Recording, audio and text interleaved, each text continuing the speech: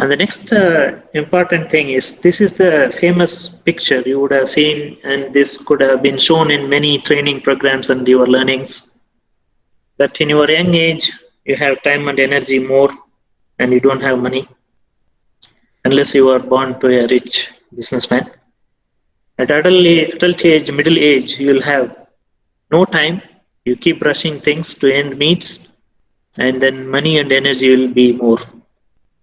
At an old age, you will have a lot of time, lot of money, and there is no energy to pursue any new initiative.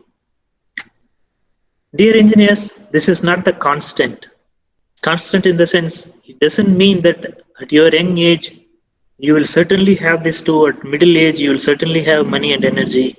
And old age, there is no certainty that time and money will be available with you. Which means these are not a decided one unless you don't pursue the first thing, first segment properly. If you don't make use of your time and energy at the young age, you will not have money and energy at the maximum level during your adult age. And if you are not maintaining and planning for your retirement and then later stage, your old age will not be having time and money in abundance. So at every stage, for this to happen, the previous stage to be managed. If it is not managed from the first stage onwards, you will suddenly reach to a fourth stage, where a depressed stage, where only time is left, no money, no energy to proceed further.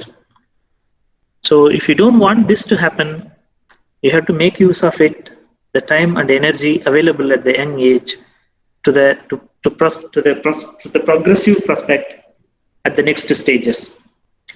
So this is one of the reasons why you should take up entrepreneurship as your initiative. When your time and energy at the maximum level, you should explore the world. You should try your maximum potential to learn more, and then to convert whatever you learned into money and other resources. So this is another reason why you should go for it. When you are young, you can still explore it. So when you don't have money, you don't have anything to lose. When you don't have nothing, you don't have anything to lose. This is one advantage, which you may be thinking as a disadvantage. I don't have money. How to start business? How can I initiate the entrepreneurship and all? So this is an advantage. When you don't have money, you don't have anything to lose. So you should be happy about it. What is left? You will be wasting your time and energy. Of course, nobody is bothered about you wasting your time and your energy. Nobody is bothered. The world is not going to fall down. And at this age, your expectation from the family will be less, and you will not have any big family commitments.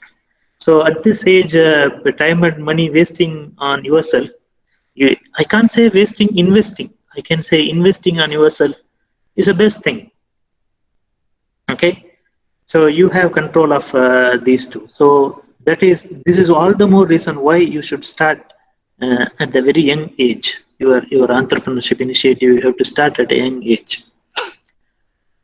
And even if you fail, or if you struggle at the young age, if you struggle, you still have a lot of energy. Time is left. So still you are young. You have another 40, 50 years of life ahead, and you still have a lot of energy. So there is enough time for you to recover from it, and then switch your ideologies, business models, and even multiple business or alternate business route or alternate entrepreneurship initiatives.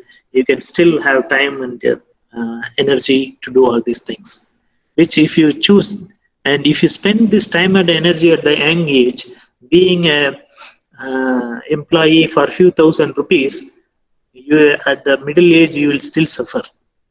So you should not waste this time and energy at this young age, 25, less than 30 years.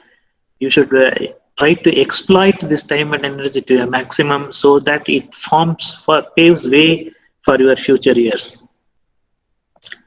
Okay, and job satisfaction. So during the initial years, or at this time, you will not know what is the effect of job satisfaction.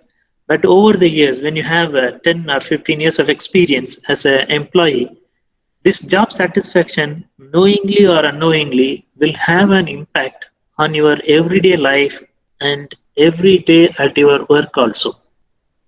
The more you stick to the same company and you get a dissatisfaction level and your performance in the job reduces, and during the appraisal, your manager will pinpoint that and he is going to say that you will not get increment.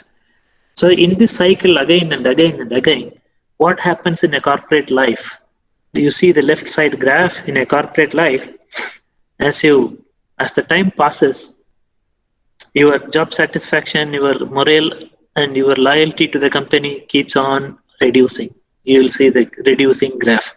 There is a possibility that it can be constant, but there is no possibility that it can increase as the time increases. Whereas if you are an entrepreneur, the curve is like this. Initially, you will suffer, you will hate this position, you want to escape from it, you want to run away from being an entrepreneur.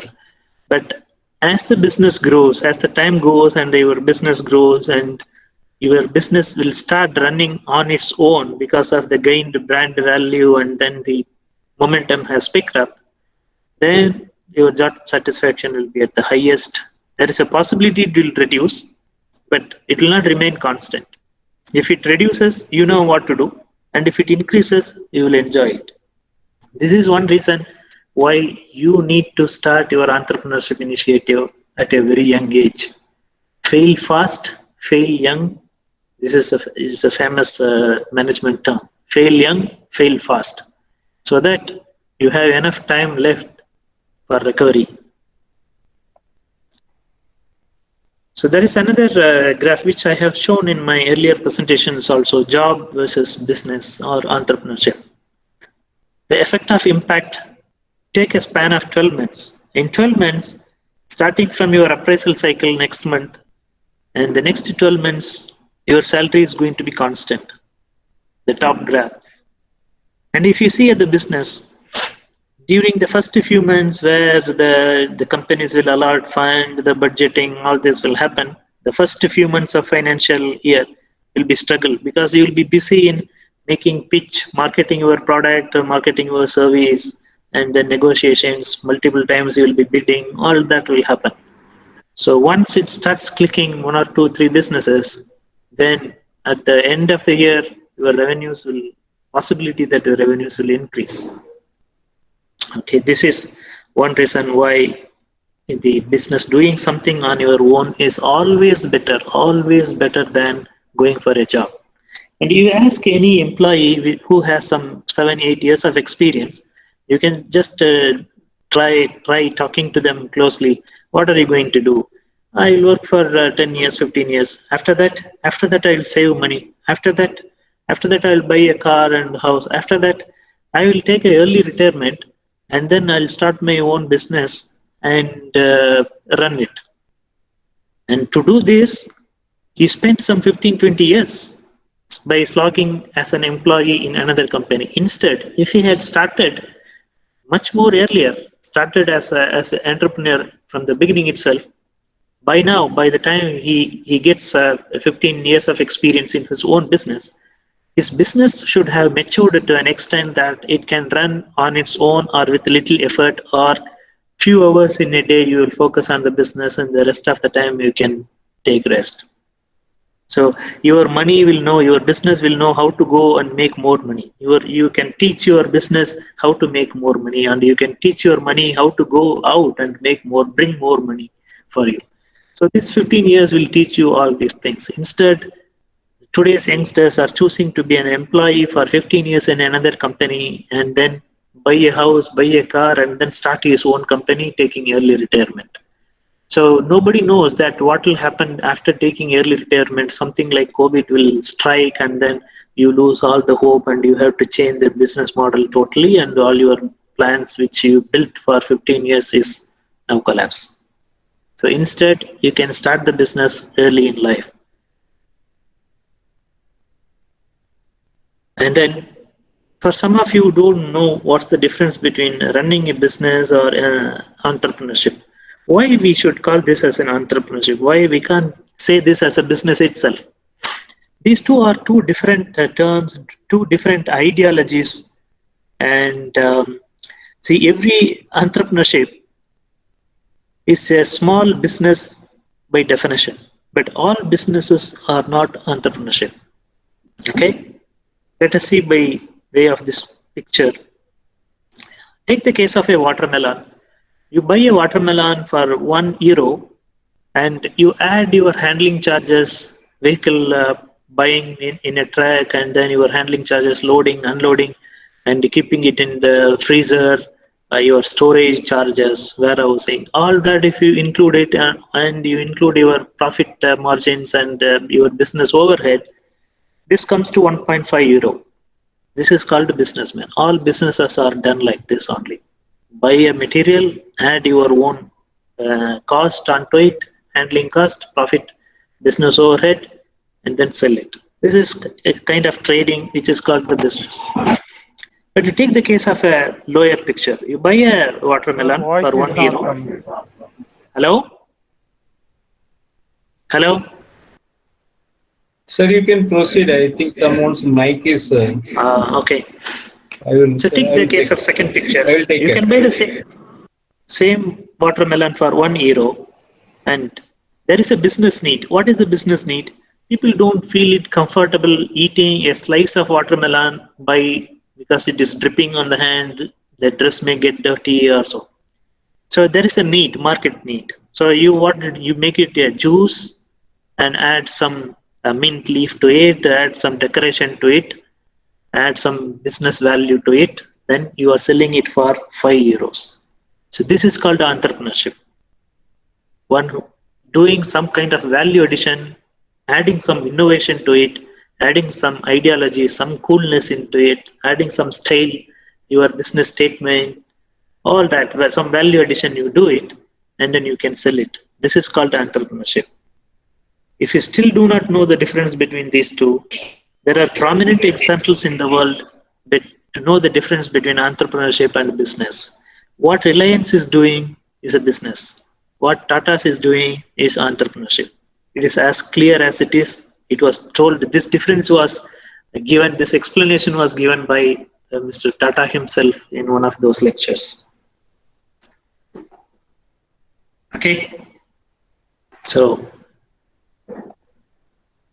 the next question is the most important question and the most disturbing question in everyone's mind is, am I qualified to become an entrepreneur? Am I qualified or not? So when it comes to the qualification, to be an entrepreneur, you don't need to be having a specific qualification. There are few other qualities are required about becoming an entrepreneur. When you talk about however, you have gone to 4 years of engineering study, you got an engineering graduation, or you are going to get engineering graduation soon. So in this case, you can't ignore whatever knowledge you gained also. In that case, how to answer this question? Are you still qualified? Bachelor's degree, is it still qualified to start a business? Okay, there are a lot of study done, and then I will give you one. It is the Guidant Financial 2020, the recent report. This states the educational qualification of entrepreneurs in the year 2020. And this says associate degree or diploma. In India, this associate degree is called a diploma or any other associate degree. The qualification of those successful entrepreneurs in 2020, the following is the composition. About 31% people are having associate degree or diploma.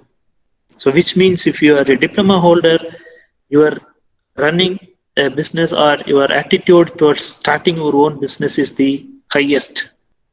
You see, what's the difference? Surprisingly. And if you are a high school graduate, it's only 1% less. If you had completed only your high school, 30% are high schools. And if you are a master's degree, only 18% of the master's degree holders choose to become an entrepreneur. And if you are a bachelor's degree holder, only 17% people are willing or have chosen entrepreneurship. So which means your master's degree gives an 1% edge over a bachelor's degree person, so that this gives some confidence that you know the subject little well. Maybe that is the reason. Almost the same, 17% and 18%. But if you look at the doctorate, only 4% PhDs. They know the subject thoroughly, but still they don't have the courage, or their employment potential is very high. They get jobs for the and their job confirm the job security is also more because of their PhDs. Um, Maybe that is the reason they are not having inclination to start their own businesses. There are people, but those people are only 4%. 96% of PhDs, doctorates, they don't feel like starting their own initiative. So this is the composition. Now you should be changing your mindset that having a bachelor's degree, whether you are qualified or not. So your qualification is not all the more important to become successful business people, and which have been done or which are being done by the high school graduates and then associate degree holders. They are doing much business very well, and then more people of this bracket have chosen to take entrepreneurship as their stream of income.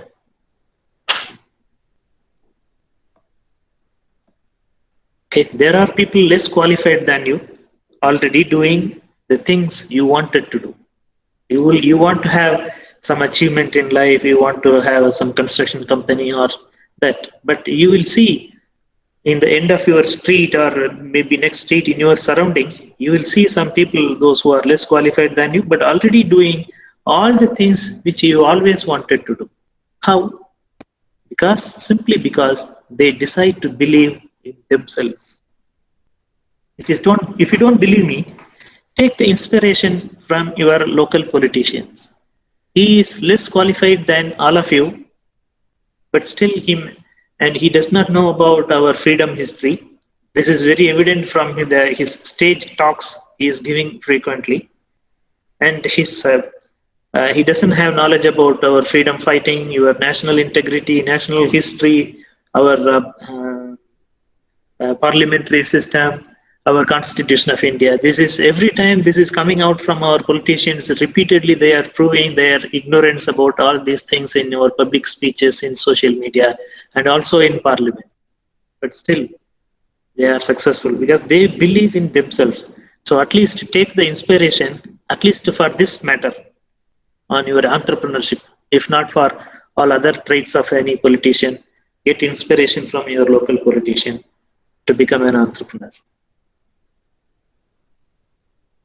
And next question is, once you decide, the next question comes to you, what do I need to be an entrepreneur? This whole presentation, I have made it as a question answer style because these some of the questions are always there in the young minds before starting their own business. There is a mental block. Why should we start? Why is that? How much risk is it? All that. So that is why I have designed this presentation in the question answer format. That will stir up more questions in your mind, and then you can ask me at the end of the presentation. What do I need to be an entrepreneur? Do I need anyway, time and energy are with you always. The resources readily available. Other than that, what is available? What should be there? What resources should be there? Think about it. Have you ever think about it? What is required? Why we are not starting it? What is preventing us from becoming an entrepreneur or not? In my opinion, there are only two things required. One is entrepreneurial mindset. To become an entrepreneur, you don't need money. You may be thinking that I'll tell money this as the first. Money is not the first resource required to start any business, or money is not the first thing required to become an entrepreneur. It is not even the second. It is not even the third. Maybe our fourth, fifth in the list. Money there, the fourth or fifth in the list. Money and cash flow are important resources, of course, but few other things count much more than money in becoming an entrepreneur. The first and foremost is entrepreneurial mindset. What it is. Being entrepreneurial is not just about starting companies or business. It is about having a vision and making it a reality, and your your consistent commitment towards it. That's all. And it is a way of thinking that can be learned and practiced. This is number one requirement to start your own business or become an entrepreneur. Okay. What is this mindset? What are the indicators of this mindset? For the first mindset is you should switch your mind from an employee mindset to an entrepreneur mindset. What is employee mindset? 9 to 5. If you are a site engineer, 8 to 6. After that, you will not work. You will switch off your working brain. Your technical brain will switch off at 6 o'clock. Once the laborers close their work, your technical mind will switch off. So, this attitude should change first. Your entrepreneurial mindset, your technical brain should be switched on 24 hours at this time, at least at the beginning stage. So you have to transit from an employee into an entrepreneur. Your mindset should change from a regular employee to a business owner.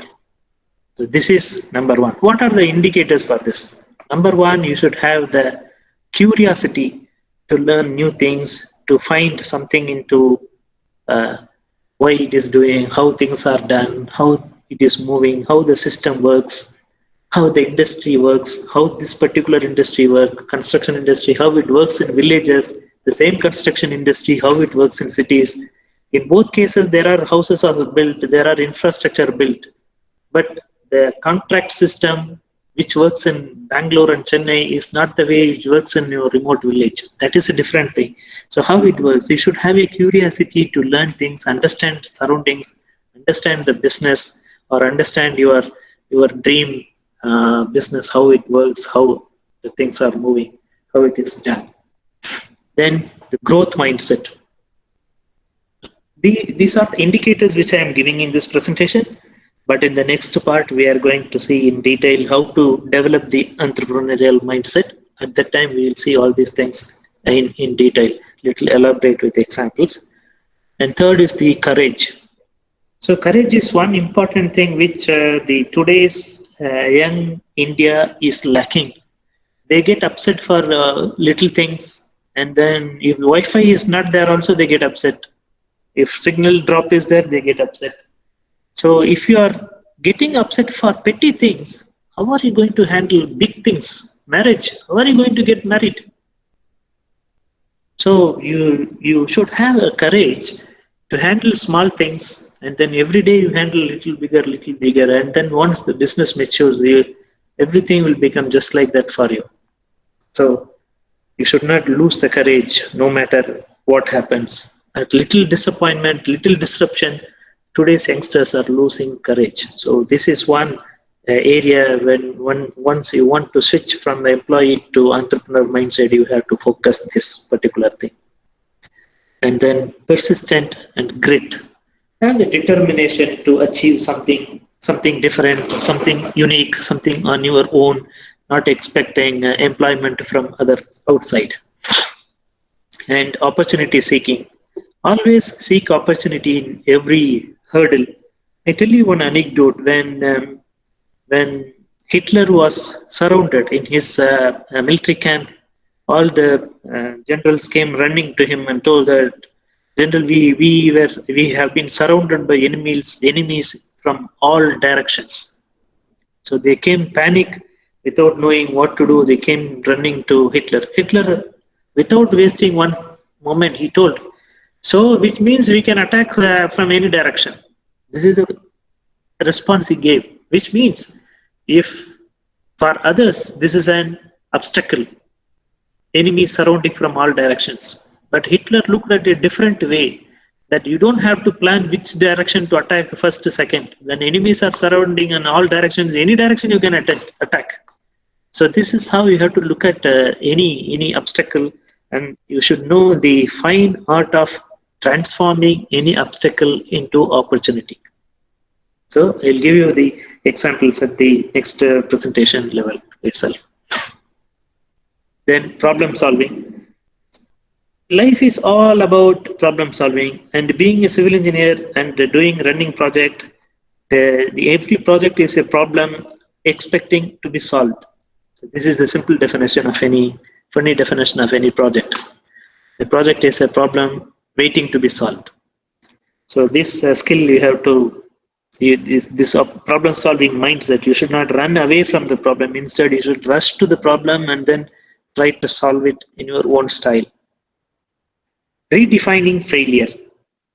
So everyone has a different threshold for failure. What is failure is still a limit within the limit for you, and what is a failure for me may not be a failure for you. First, you have to redefine the failure. You are not failed until you agree that you have failed. So, this mindset you have to shift. You should not accept failure. You will fail until you declare that it is failed and you agree your failure. If you are not agreeing, it is still, time is still there. So, you are still in the midway. This failure is a process of success. So, this is how you have to redefine the definition of failure. Optimism. This again, think about optimistic, because you could have seen in other presentations about the entrepreneurship that the 33% of businesses, startups fail in the first 2 years, and balance 50% is fail another 4 years time. So which means in 4 years time, 80% of the startups fail. And then who are successful 20% of the time. Those who are successful 20%, this 20% is a grand success, For example, the Zomato, you take Zomato, food delivery application, and the other one is Swiggy also there. So these were not there 10 years before. These were not there 6 years or maybe 7, 10 years before. They were not there. These are the new concept. There are, because somebody identified the problem. Somebody has seen optimism in it. People are not able to go to hotel every time. Hotels are there.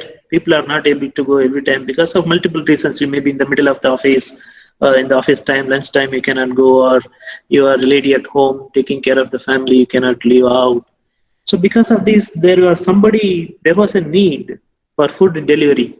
That is why these things came up. They found some optimism against the odd. It was not at all there. For example, take CMTI, for example. When we graduated, me and Ashok, this kind of institutes were not there at all. There was no need. Now there is a need. He found the need, he identified the need, and he was trying to connect the industry and institution. And today we have CMTI. Like this, you have to find an opportunity in that in an optimistic way, and you should be resourcefulness at this age with all the technology you have in hand through your mobile phone.